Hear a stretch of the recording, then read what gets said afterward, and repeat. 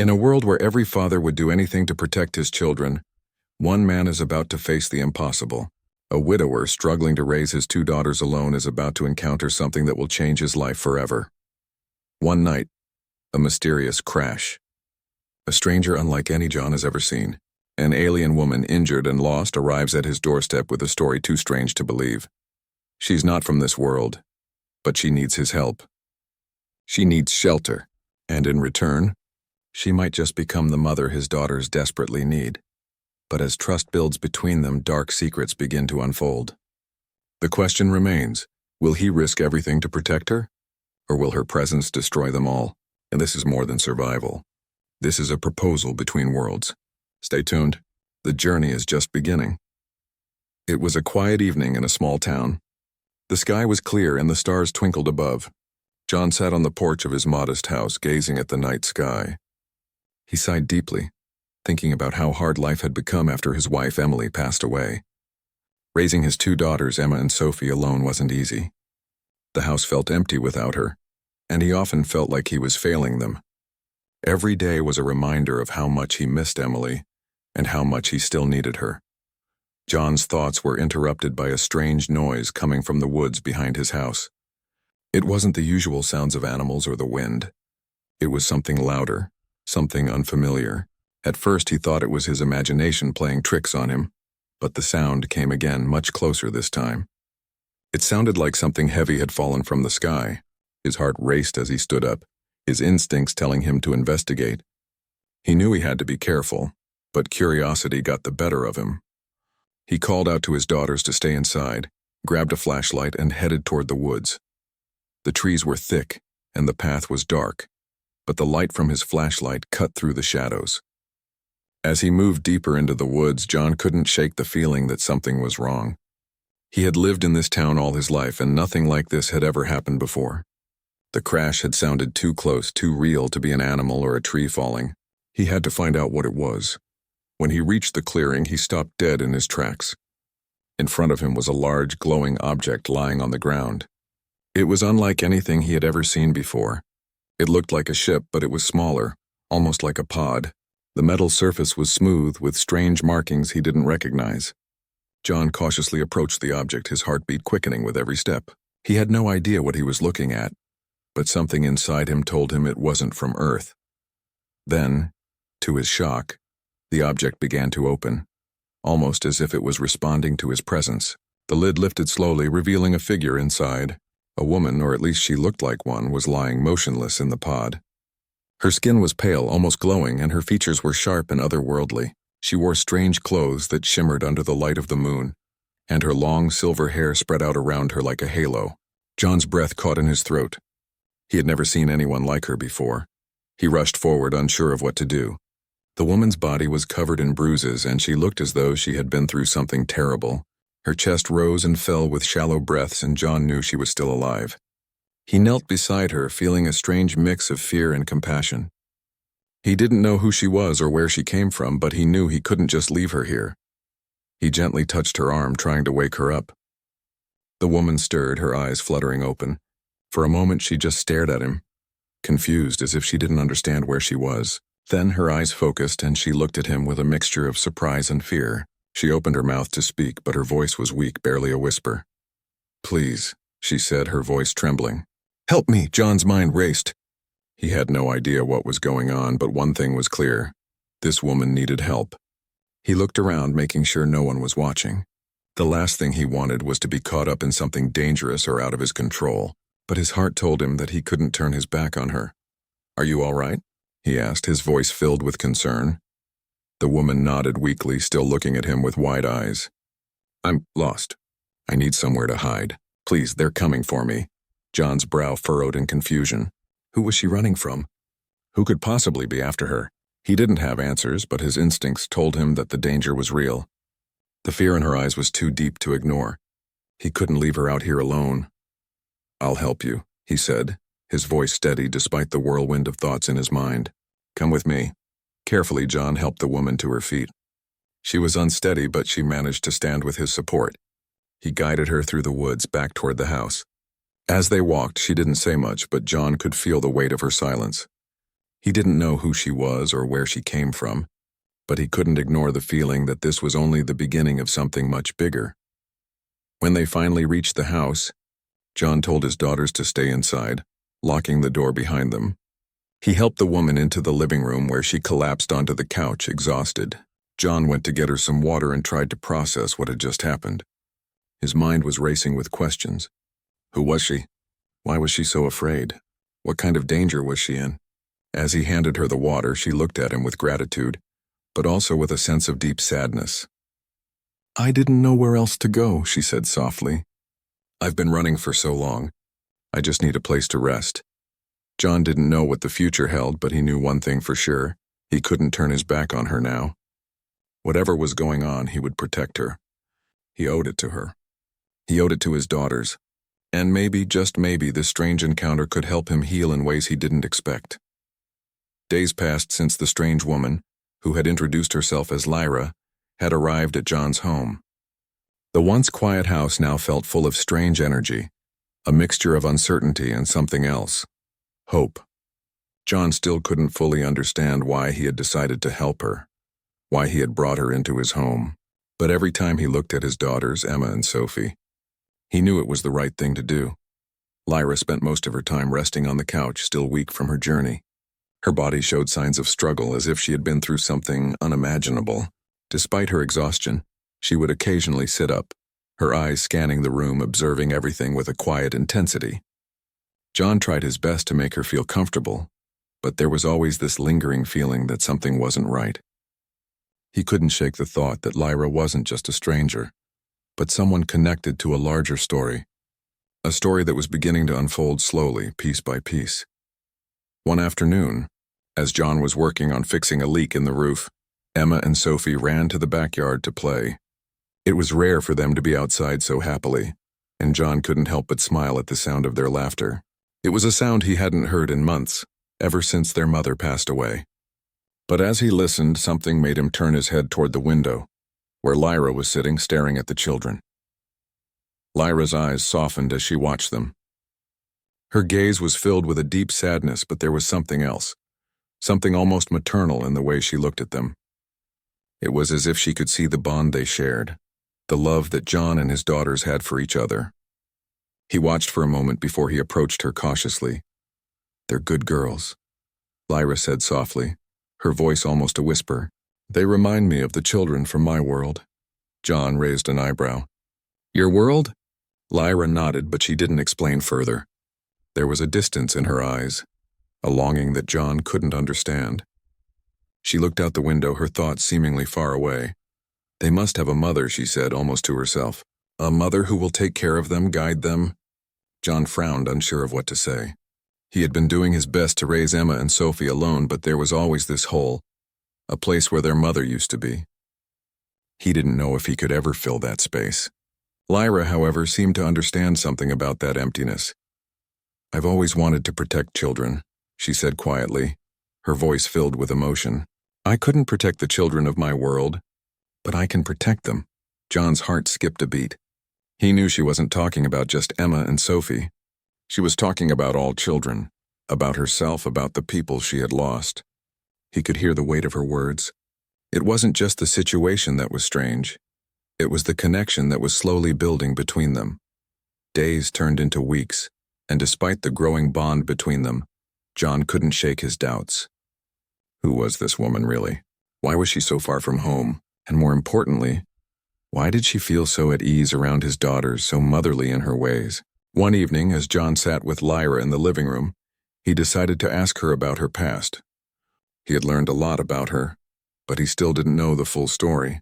Lyra had been reluctant to share details about her life, but tonight, there was something different in her eyes, something that told him she might finally open up. "I know you've been through a lot," John began, carefully watching her face. "I know you've been running from something, but I need to understand. What happened to you? Where did you come from?" Lyra took a deep breath and then slowly began to speak, her words measured and careful. "I am not from this world, John," she said, her voice steady but with a deep sorrow in it. "I come from a distant planet, a place far from here. I was born into a royal family, a people who once thrived in peace. But that peace was shattered when a great war broke out, a war that destroyed everything we knew. My people were hunted and many of us were forced to flee. John listened intently, his heart heavy with the pain in her words. He could hear the sadness, the loss that she carried with her. "Why are they hunting you?" John asked softly, his voice filled with concern. Lyra paused, her eyes looking distant once again. "They believe I hold the key to their survival. I was part of a prophecy that says I will help restore my people's lost hope. But they don't understand what they need isn't just a ruler. They need something more, something that can heal the scars of war. And I don't know if I am the one to give them that." Her voice trailed off, and for the first time since John had met her, she seemed vulnerable, uncertain. It was then that he realized how much she had given up, how much she had lost in her journey. John didn't know how to respond. He didn't know what to say to someone who had been through so much, someone who carried the weight of an entire people's future on her shoulders. But there was one thing he knew for sure. Lyra wasn't just a stranger. She was someone who needed help, someone who was looking for something just like him. He stood up, walking over to the window and looking out at the world beyond. The sun was setting, casting a golden light over the house and the surrounding woods. He turned back to her, his expression serious but soft. "You're not alone anymore," John said quietly. "You've got us. I'll help you, whatever it takes." Lyra looked up at him, her eyes filled with gratitude. For the first time she smiled, a small, gentle smile. It wasn't the smile of a queen or a ruler. It was the smile of a woman who had found something she thought she had lost forever, a family. And in that moment John knew that their paths had crossed for a reason. The journey ahead wouldn't be easy, but together they could face whatever came next. Days passed and the house, once quiet and filled with sorrow, now hummed with a strange new energy. John had gotten used to Lyra's presence. She had become a part of the family in ways he hadn't expected. Every morning she would help Emma and Sophie with their chores, teaching them things from her world, things that fascinated them. She would show them how to grow plants using strange techniques that made the flowers bloom faster, and how to make soft, glowing stones with just a touch. At night, they would all gather around the kitchen table, and John would listen as Lyra told stories about her home, a place far away from Earth, filled with towering crystal buildings and peaceful lakes that sparkled like stars. John was still learning about Lyra, but the more time he spent with her, the more he realized how little he truly knew. The stories she shared were beautiful, yet there was always a sadness in her eyes, a pain she tried to hide. She would speak of her planet with love, but when it came to details about her family or the reasons she had fled, her words would become quiet, and her eyes would grow distant. She would look out the window as though she could see the destruction of her home world in the clouds above. One evening, as the sun was setting, painting the sky in shades of pink and orange, John found himself sitting beside Lyra on the porch. The girls were inside, playing a game, and the peaceful quiet seemed like a perfect moment to ask the questions that had been building inside him for days. "Lyra," John began, his voice gentle, "you've told us so many wonderful stories about your world. There's still a lot you haven't told me. About what happened. About why you're here."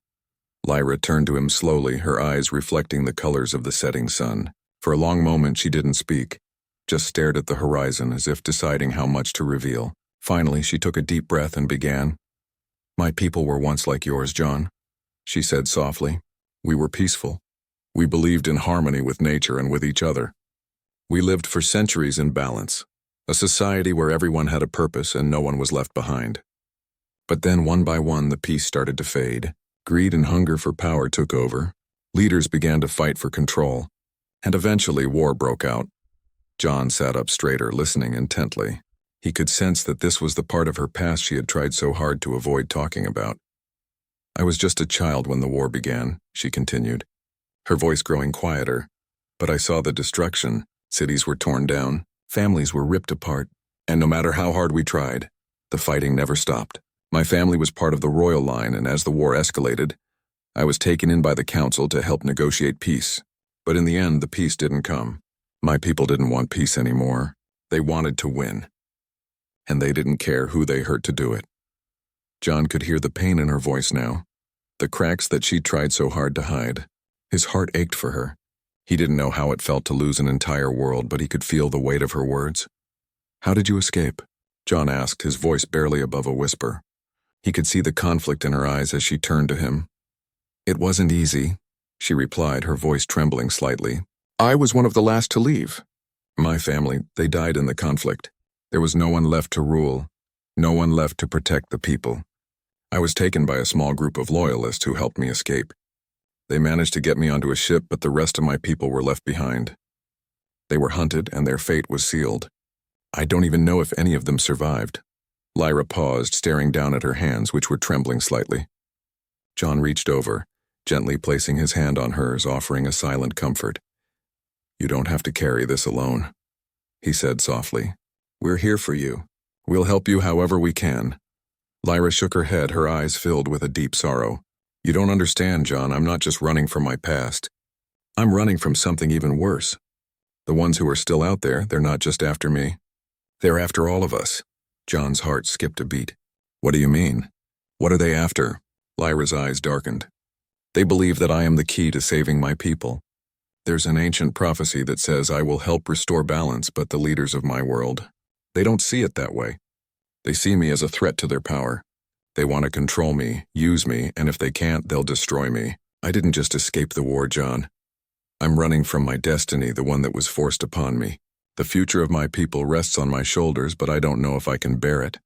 John listened, the weight of her words sinking in.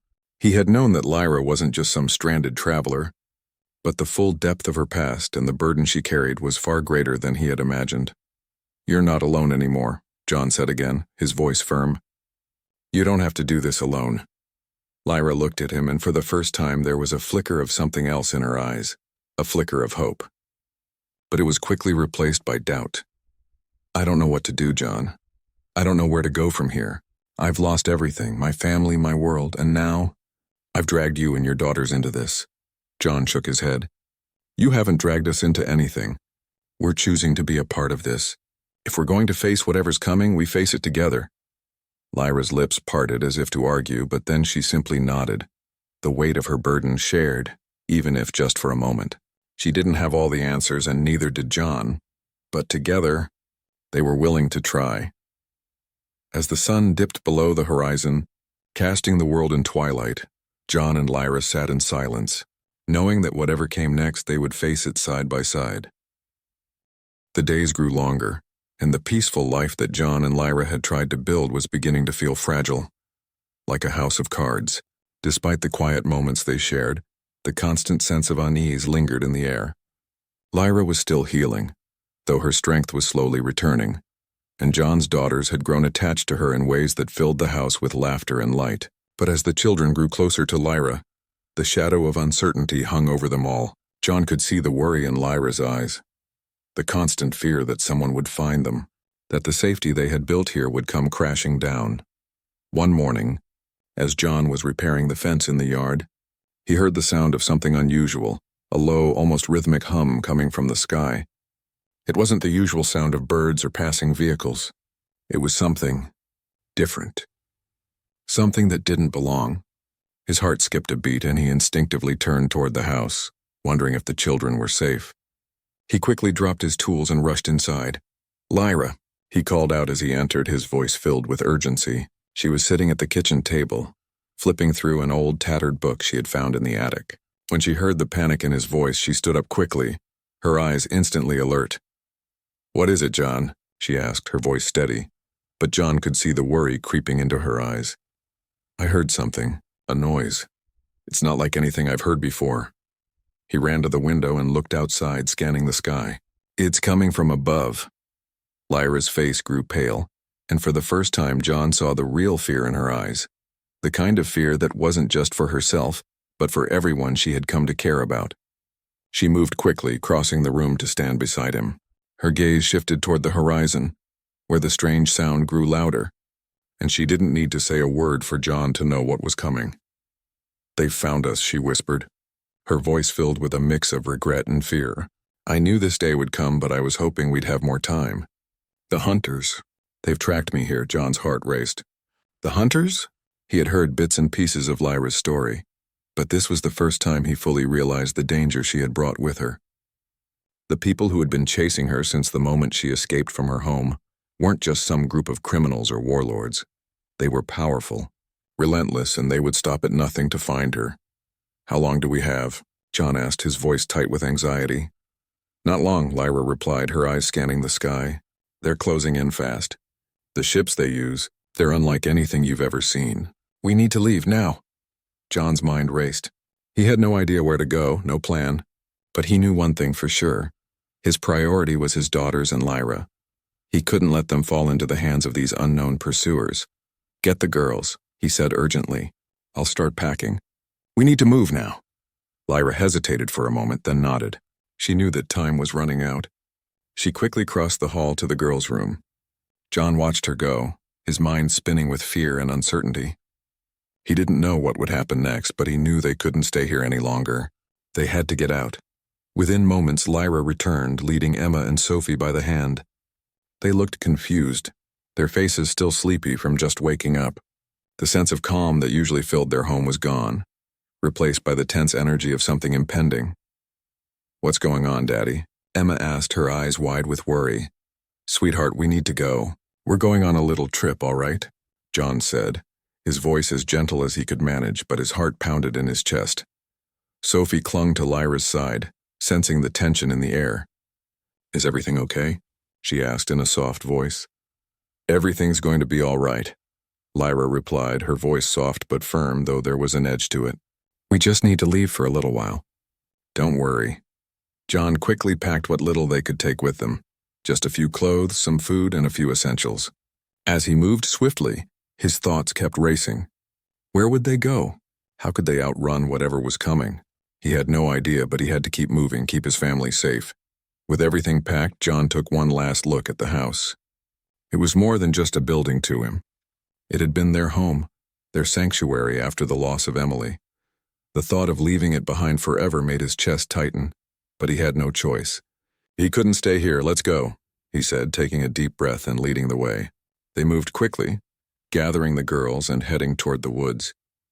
The sounds of the ship grew louder, closer, and John could feel the weight of what was happening. He couldn't protect them if they were caught, but he would fight until the very end to make sure they were safe. As they reached the edge of the forest, Lyra stopped for a moment, her eyes focused on the darkening sky. Her expression was one of quiet determination, but there was a flicker of fear in her eyes. She had been running for so long, and now it seemed like the past had finally caught up with her. "I'm sorry," she said, her voice barely above a whisper. "I never wanted to drag you into this. I never wanted you or your daughters to face this danger." John shook his head. "You're not dragging us into anything, Lyra. We're in this together. You're not alone anymore."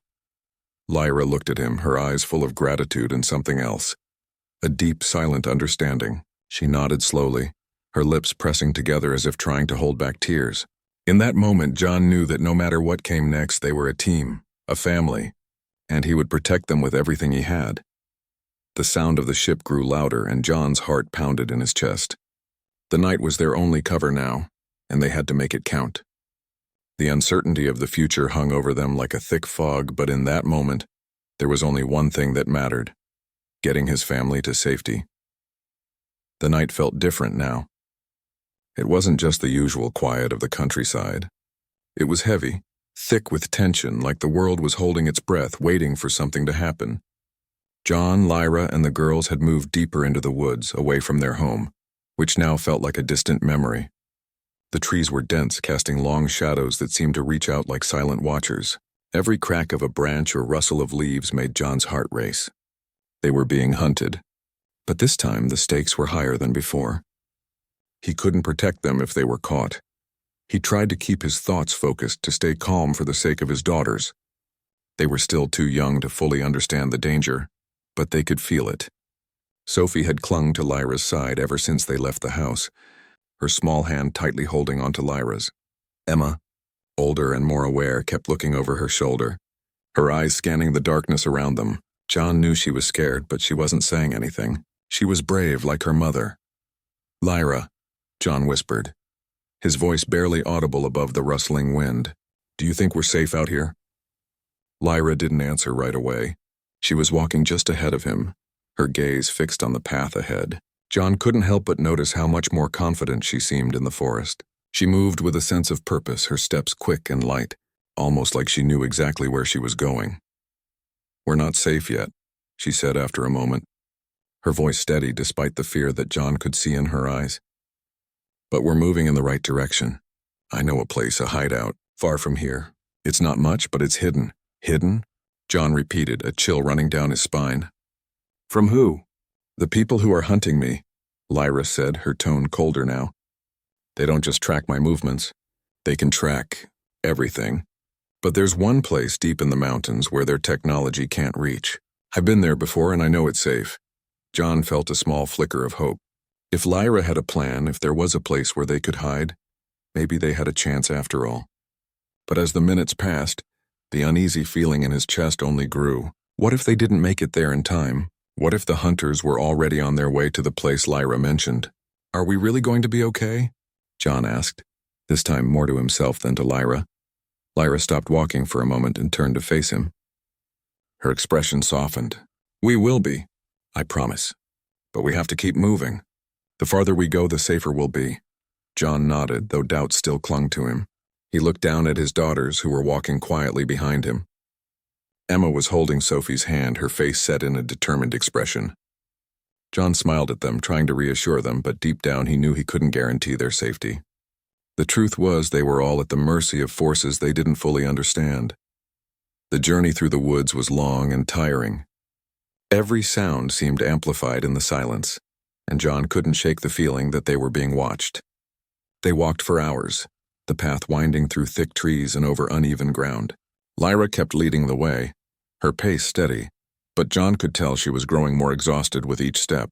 She hadn't fully recovered from her injuries, and the physical strain was starting to show. "We should stop for a rest," John said, his voice low. "You need to catch your breath." Lyra shook her head, her eyes focused on the distant tree line. "No, we can't stop yet. We're too close." John wasn't sure if she was talking about the hideout or something else. He glanced at his daughters, who were both tired but doing their best to keep up. He made the decision then. He would trust Lyra. She knew what she was doing, even if it felt like they were walking in the dark, both literally and figuratively. After what felt like an eternity, they finally reached the edge of the forest where the trees began to thin out. The moon hung low in the sky, casting long shadows over the rocky landscape ahead. Lyra paused and looked around. Her eyes scanned the surroundings, sharp and alert. "This way," she said quietly, leading them toward a narrow, winding path that cut through the rocky terrain. The path was almost hidden by the overgrown shrubs and moss, but Lyra seemed to know it well. They followed her in silence, the tension thick in the air. John could feel his muscles aching from the long walk, but he didn't dare complain. He had to keep moving. He had to get his family to safety. As they made their way up the path, John noticed something strange. The air felt different, like the temperature had dropped suddenly. The hairs on the back of his neck stood up, and he instinctively glanced over his shoulder, expecting to see something following them. But the path was empty. It was just the three of them, and yet he couldn't shake the feeling that they weren't alone. Lyra stopped abruptly, her eyes narrowing as she looked ahead. John felt his heart race. She was staring at something. Or someone. "Lyra, what is it?" John asked, his voice low. Lyra didn't answer immediately. She stepped forward, motioning for them to follow. "Stay close," she whispered. "We're almost there." As they rounded a bend in the path, John saw what Lyra had been looking at. In the distance, partially obscured by the rocks, was a small structure, built into the side of the mountain. It wasn't much, just a simple stone building weathered by time, but it looked like the perfect hiding place. "Is that it?" John asked, a note of relief in his voice. Lyra nodded. "It's not much, but it will keep us hidden. No one will find us here." John felt a rush of gratitude flood through him. They had made it. For now, at least, they were safe. But as they approached the building, John couldn't shake the feeling that their troubles weren't over. The world outside this small refuge was vast and dangerous, and Lyra's past was never far behind. Whatever lay ahead, they would face it together. For the first time in a long while, John allowed himself to feel a sense of hope. Maybe, just maybe, they had a chance. The stone structure was smaller than John had imagined, but it was solid and well hidden, nestled against the side of the mountain like a forgotten secret. As they entered, the cool air hit them, carrying a faint scent of damp stone and earth. The interior was sparse, just a few old pieces of furniture, a table, some chairs, a small bed in the corner, but it was enough. It felt like a safe place, far from the eyes of those who might be searching for them. John set down the bags they had brought with them, his body aching from the long journey. Emma and Sophie immediately ran to the small fire pit in the center of the room, where Lyra had already started to gather some twigs. The girls were quiet now, their faces tired but calm. The fear that had gripped them earlier seemed to have faded, replaced by the comfort of a roof over their heads, however temporary it might be. Lyra worked quickly, her movements efficient, though there was an exhaustion in the way she carried herself that John couldn't ignore. She had done her best to hide it, but he could see it now. The toll that running, hiding, and living in constant fear had taken on her. It was as if she carried the weight of her entire world on her shoulders. The questions John had asked her about her past seemed to have opened up a part of her that she was trying to keep buried. She would tell him bits and pieces when the mood struck, but there was so much more she wasn't ready to share. He could sense it, the layers of grief and loss that she had never fully confronted. "Are you all right?" John asked softly, walking over to her as she crouched by the fire. She didn't look up at first, but after a long pause, she nodded. "I'm fine," she said, her voice quieter than usual. "It's just, sometimes the memories catch up with me." John sat down beside her, watching as she added dry twigs to the fire, the flames crackling and dancing in the still air. "You don't have to talk about it now," he said gently. "But when you're ready, we'll listen." Lyra's eyes flickered to him, her expression softening. For a moment she seemed to consider something, but then she turned her gaze back to the fire. "I'm not sure I'll ever be ready," she said, her voice thick with emotion. "Sometimes it feels like the past is a place I can never leave." John didn't know how to respond to that. He had his own losses, his own grief, but his world had never been as distant and uncertain as Lyra's. He could only imagine the weight of losing an entire world, a future and the people who once meant everything to her. And now she was here, on a strange planet with him and his daughters carrying the burden of an impossible past. The quiet was broken by Sophie's voice. "Lyra, can you tell us more about your world?" John glanced over at his daughter, surprised by the question. Lyra, too, seemed taken aback, but then she smiled faintly, her eyes lighting up as she looked at Sophie. "My world was beautiful," she began slowly, her voice almost wistful. "The sky was always a soft shade of blue, and the forests were full of trees that reached higher than anything you've seen here. The ocean shimmered with colors that seemed to change every time you looked at them." Sophie listened with wide eyes, and even Emma, who had been quieter than usual, leaned forward, captivated by the way Lyra spoke. It was clear they were curious about the world she came from, about the life she had lost. John could see the longing in their eyes, the wonder that came from hearing about a place so different from their own. "Did you have friends there?"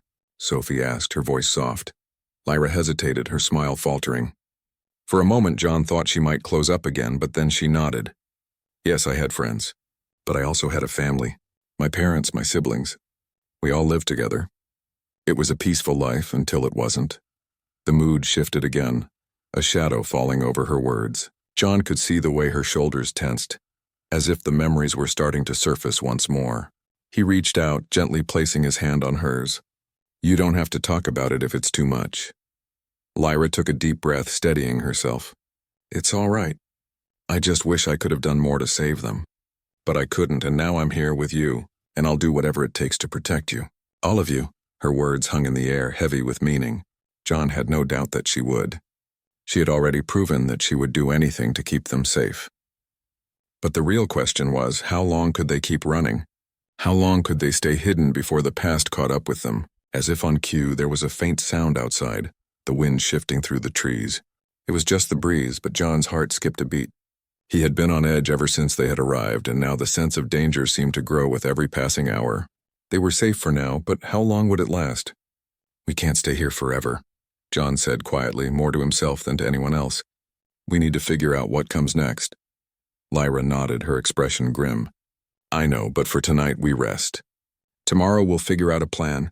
One step at a time," John agreed, though the weight of the future pressed down on him. He looked at his daughters, already asleep by the fire, their faces peaceful in the glow of the flames. They had no idea what was to come, but they trusted him. And for their sake, he would do everything in his power to protect them, even if it meant stepping into a world of uncertainty. Lyra's voice broke through his thoughts. "Thank you," she said softly, her eyes meeting his. "For everything." John smiled, his heart filled with a quiet resolve. "We're in this together." And for the first time in what felt like forever, John allowed himself to believe it. They would face whatever came next together. They would find a way to rebuild, to survive, and maybe, just maybe, to find a new kind of hope, far from the past that haunted them both.